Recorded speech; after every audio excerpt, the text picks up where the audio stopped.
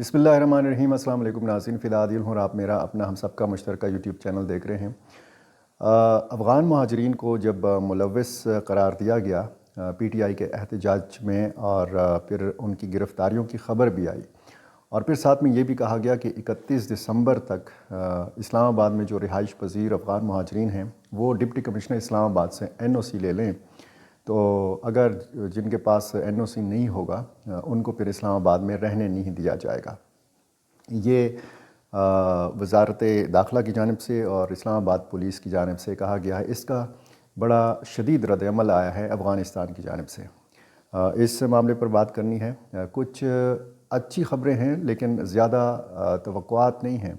اچھی خبر کرم کے حوالے سے یہ ہے، بلکہ اس حوالے سے دعوے سامنے آ رہے ہیں۔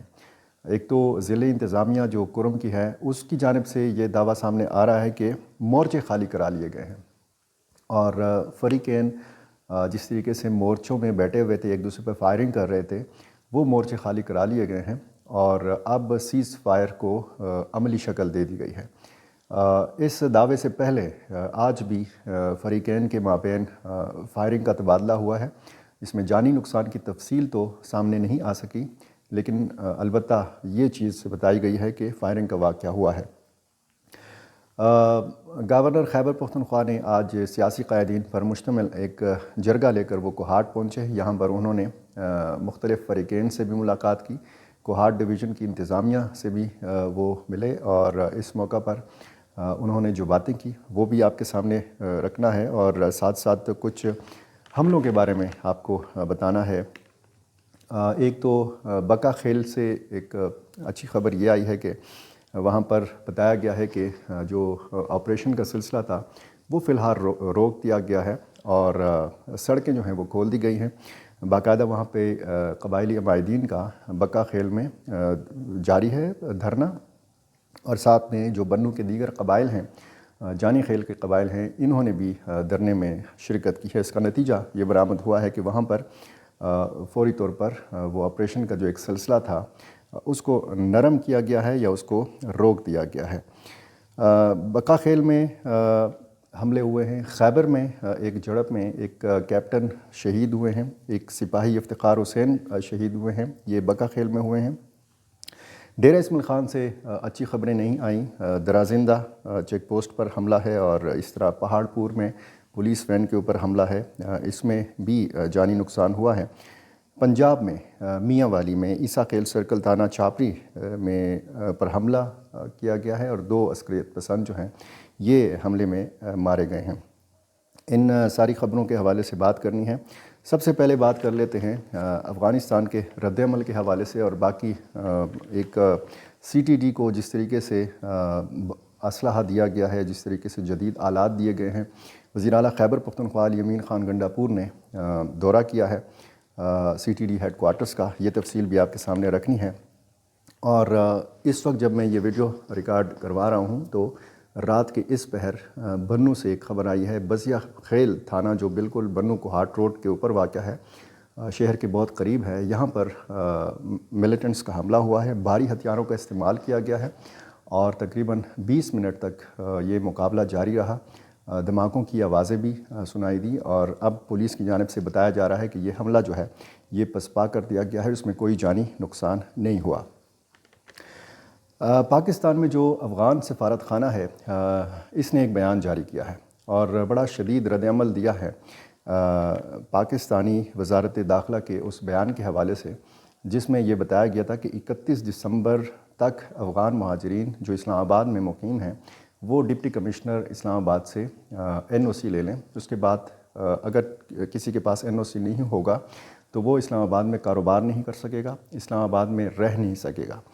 اس پر افغان جو سفارت خانہ ہے انہوں نے افغان مہاجرین کو احتجاج میں ملوث کرنے اور اس بنیاد پر ان پر پابندیاں لگانے سے متعلق وفاقی وزارت داخلہ اور دیگر افسروں کے بیانات پر تشویش کا اظہار کیا ہے اور یہ کہا ہے کہ حکومت پاکستان بد اعتمادی پیدا کرنے سے گریز کرے۔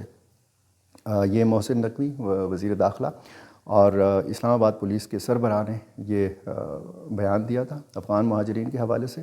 افغان مہاجرین کو گرفتار کرنے کا دعویٰ بھی کیا گیا تھا، اور حال ہی میں جو 9 مئی کے واقعات کے حوالے سے انسداد دہشت گردی کی اسلام آباد کی عدالت نے ایک فیصلہ سنایا ہے، اس میں 4 افغان باشندوں کو بھی جو ہے وہ قید اور جرمانے کی سزا سنائی گئی ہے۔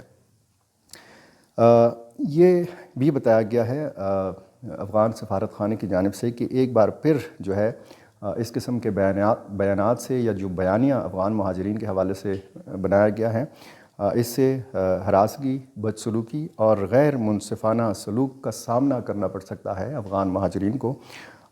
اس بیان میں یہ بھی کہا گیا ہے کہ مہاجرین کا پاکستان کے سیاسی معاملات اور احتجاجوں سے کوئی لینا دینا نہیں ہے۔ جب بھی کوئی بڑا یا چھوٹا جرم ہوتا ہے تو ظاہر ہے کہ اس میں افغان مہاجرین بھی ملوث پائے گئے ہیں، اور پھر یہ معاملہ بہت بڑھا چڑھا کر بھی پیش کیا جاتا ہے۔ اور نگران دور حکومت میں آپ کو پتہ ہے کہ ایک پالیسی بنائی گئی تھی کہ تمام غیر قانونی جو غیر ملکی ہیں ان کو پاکستان سے نکالا جائے گا، اور اس پر پھر عمل درآمد بھی ہوا۔ 7 سے لے کر 8 لاکھ افغان شہریوں کے حوالے سے یہ بتایا گیا ہے کہ یہ اب تک واپس جا چکے ہیں یا ان کو واپس بھجوایا جا چکا ہے۔ تو یہ افغان سفارت خانے کا رد عمل تھا۔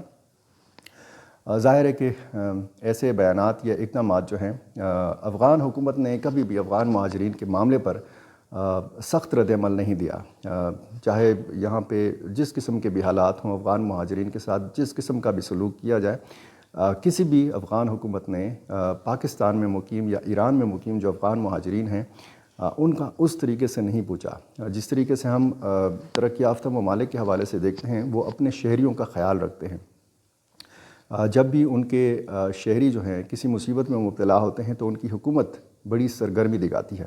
لیکن ڈاکٹر اشرف غنی آپ دیکھیں، آپ حامد کرزئی کو دیکھ لیں یا طالبان حکومت کو دیکھ لیں، ان کا کبھی بھی افغان مہاجرین کے ساتھ اتنا انہوں نے کبھی ہمدردی کا اظہار نہیں کیا۔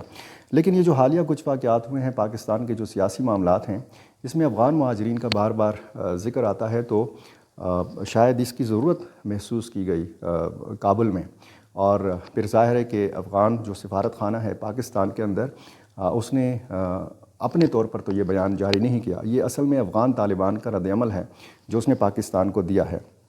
تو یہ جو حالیہ اقدامات تھے اس میں کچھ افغان امور کے ماہرین یہ کہتے تھے کہ دونوں ملکوں کے جو فاصلے ہیں یہ مزید بڑھیں گے اس قسم کے بیانات سے یا اقدامات سے، لیکن ظاہر ہے کہ حکومت پاکستان کا اپنا ایک موقف ہے۔ اس نے تو جو غیر قانونی سرگرمیوں میں ملوث لوگ ہیں، چاہے وہ پاکستانی ہیں چاہے وہ افغان مہاجرین ہیں، ان کو پکڑنا بھی ہے، ان کو گرفتار بھی کرنا ہے، لیکن یہ شدید رد عمل بتاتا ہے کہ افغان حکومت کو تحفظات ہیں افغان مہاجرین کے ساتھ مبینہ سلوک کے حوالے سے۔ تو دیکھنا اب یہ ہے کہ یہ معاملہ کہاں جا کر رکتا ہے۔ روس کے خصوصی نمائندے برائے افغانستان کی سرگرمیوں کے حوالے سے میں آپ کو پچھلی کچھ ویڈیوز میں بتا چکا ہوں، اور چین کے جو خصوصی نمائندے برائے افغانستان ہیں ان کی سرگرمیوں کے حوالے سے بھی آپ پوری طرح آگاہ ہیں کہ وہ چاہتے ہیں کہ پاکستان اور افغانستان کے معاملات ٹھیک ہوں۔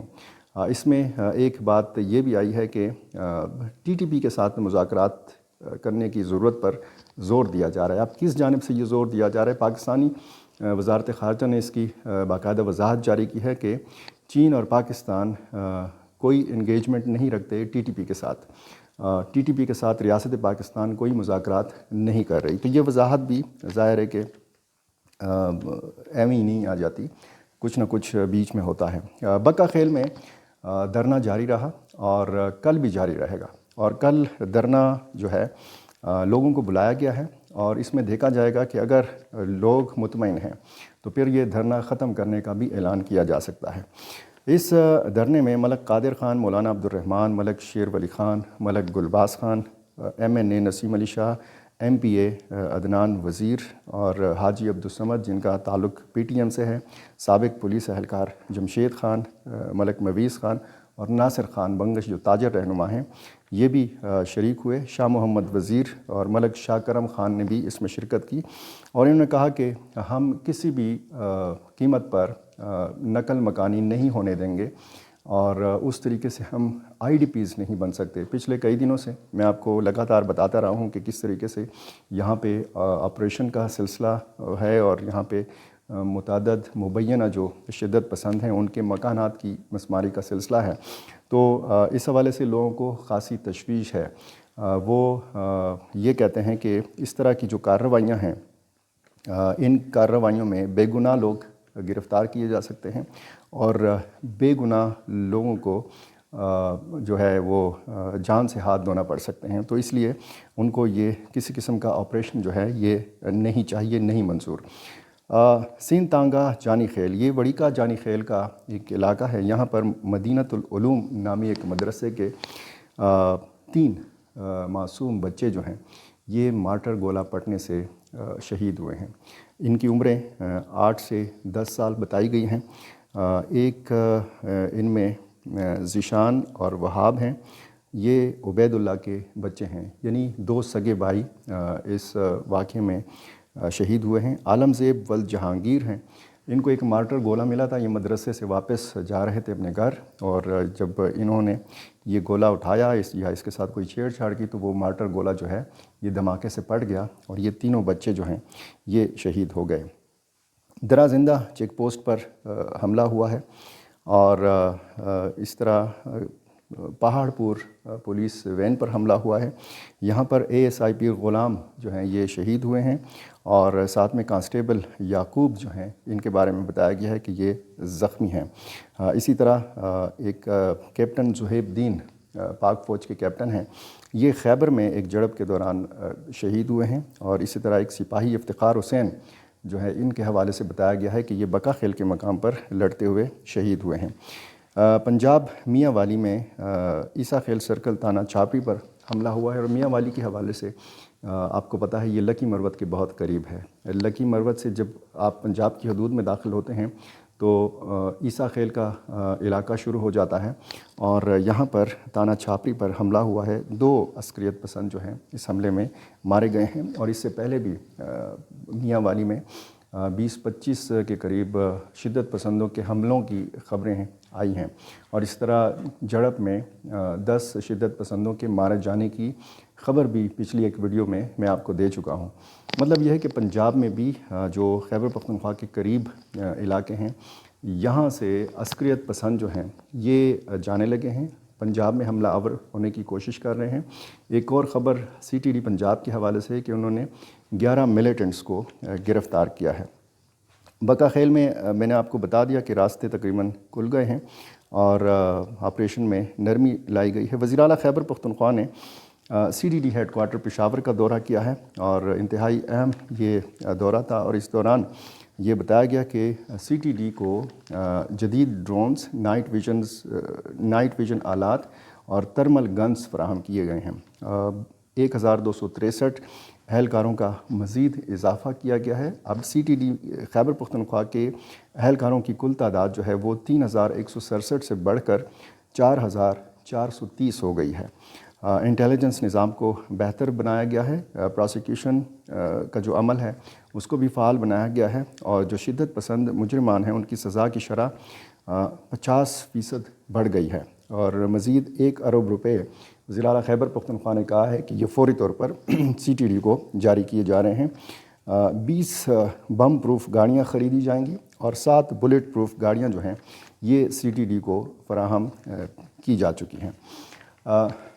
کرم کے معاملات کے حوالے سے اگر دیکھیں، گورنر خیبر پختونخوا نے سیاسی قائدین کا ایک جرگہ لے کر وہ کوہاٹ پہنچے۔ میں نے کل کی ویڈیو میں آپ کو بتایا تھا کہ نہ حکومت کے سرکاری وفد کو جس طریقے سے وزیر اعلیٰ خیبر پختونخوا کی قیادت میں یہ بھی کوہاٹ گیا، گورنر کی قیادت میں سیاسی قائدین کا جرگہ بھی کوہاٹ گیا، ان کو کرم جانے کی اجازت نہیں دی گئی۔ گورنر خیبر پختونخوا کے ہمراہ وفاقی وزیر اور پاکستان مسلم لیگ نون کے صوبائی صدر انجینئر امیر مقام تھے، قومی وطن پارٹی کے صوبائی چیئرمین سکندر شیرپاؤ تھے، عوامی نیشنل پارٹی کے صوبائی صدر میاں افتخار حسین تھے، جماعت اسلامی کے صوبائی امیر پروفیسر ابراہیم تھے، جمعیت علماء اسلام سندھ کے مولانا عبدالرافع یہ ساتھ تھے، بشرا گوہر تھیں نیشنل ڈیموکریٹک موومنٹ کی جانب سے، اور ساتھ میں کچھ اور سیاسی رہنما بھی تھے۔ پاکستان پیپلز پارٹی کے جو صوبائی صدر ہیں محمد علی شاہ بادشاہ، یہ بھی ساتھ تھے، اور وزیر اعلیٰ خیبر پختونخوا علی امین گنڈاپور کو بھی گورنر نے دعوت دی تھی، لیکن وہ اس جرگے میں گورنر کے ہمراہ نظر نہیں آئے۔ الٹا آج انہوں نے علی امین گنڈاپور نے انتہائی سخت باتیں کی گورنر کے خلاف۔ انہوں نے کہا کہ گورنر ویلے ہیں، یعنی بالکل فارغ بیٹھے ہوئے ہیں، کبھی کیا کرتے ہیں، کبھی سوٹ پہن کر تصویریں بناتے ہیں، ویڈیوز بنواتے ہیں، اور اے پی سی جو گورنر نے بلائی ہے 5 دسمبر کو، وزیر اعلیٰ خیبر پختونخوا کو بھی اس میں دعوت دی گئی ہے شرکت کی، چونکہ وہ پاکستان تحریک انصاف کے صوبائی صدر بھی ہیں، لیکن علی امین گنڈاپور نے کہا ہے کہ اے پی سی بلانے کا اختیار گورنر کا نہیں ہے، اے پی سی میں بلاؤں گا۔ یعنی ہمارا صوبہ جل رہا ہے، ہمارے صوبے کے مختلف جو اضلاع ہیں وہ آگ کی لپیٹ میں ہیں، اور دوسری طرف ہمیں سیاست سے فرصت نہیں۔